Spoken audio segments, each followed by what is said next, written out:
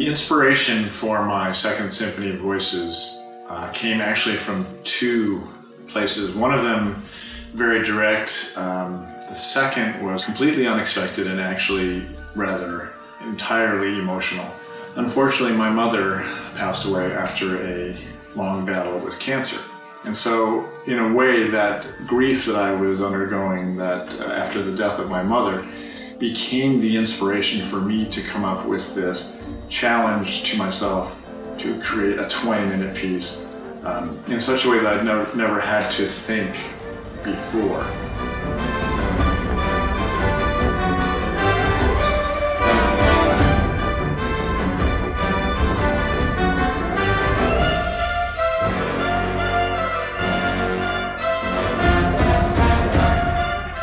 From the first time we played the symphony in rehearsal, I knew that it was going to be an awesome ride. Every time we got to practice or rehearse it a few times a week, it was really, really fun to play and listen to other people's parts. While we were preparing the second symphony, we were actually fortunate enough to get to work with the composer, James Stephenson. And when he came to us, I feel like we truly got an understanding for what his emotional intentions were behind the piece. And I know that I personally focus so much of my time making sure that we play together technically that I felt pushed to rise to the challenge to play together with both my section and the entire ensemble emotionally. As both a composer and a performer, it was super informative. I was able to see his inner workings and thoughts on how his own music was portraying his own thoughts and emotions during the compositional process and how he was dealing with all of his own emotions at the time.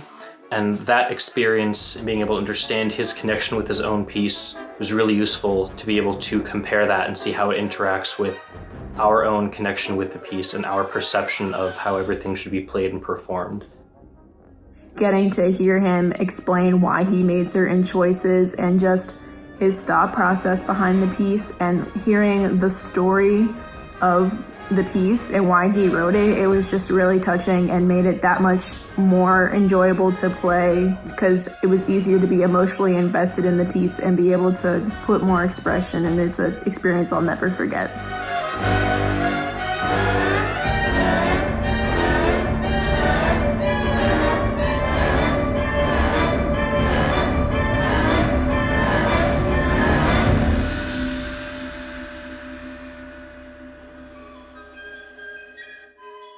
Being in the West Chester University Wind Ensemble has led me to be surrounded and inspired by the greatest musical colleagues that I have ever met.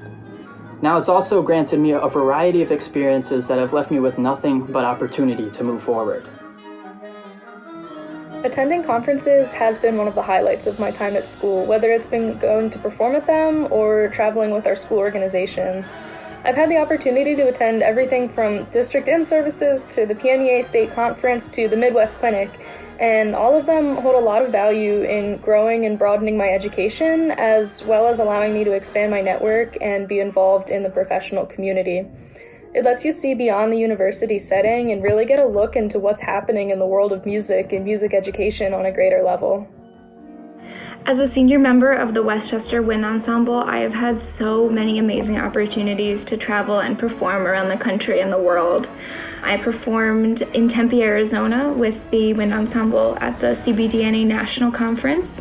We performed at Carnegie Hall, and we even performed in China, which is an opportunity that I really never thought going into college I would have. So as disappointed as I am that I won't be able to do this last performance with the Wind Ensemble at the PMEA State Conference, I am so grateful for all the amazing travel opportunities and performance opportunities I've had because of this ensemble.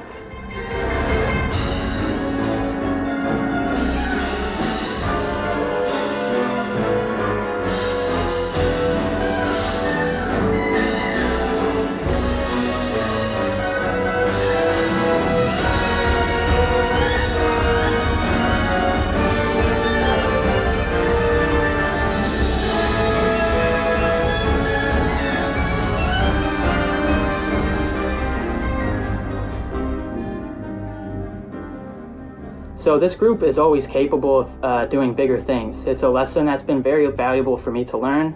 And although I'm disappointed to not be performing at PMEA this week, I know that there are bigger opportunities on the horizon for the Westchester University Wind Ensemble. And I know that our underclassmen will have their share of these tours in the next few years. And I'm really looking forward to see what the group accomplishes.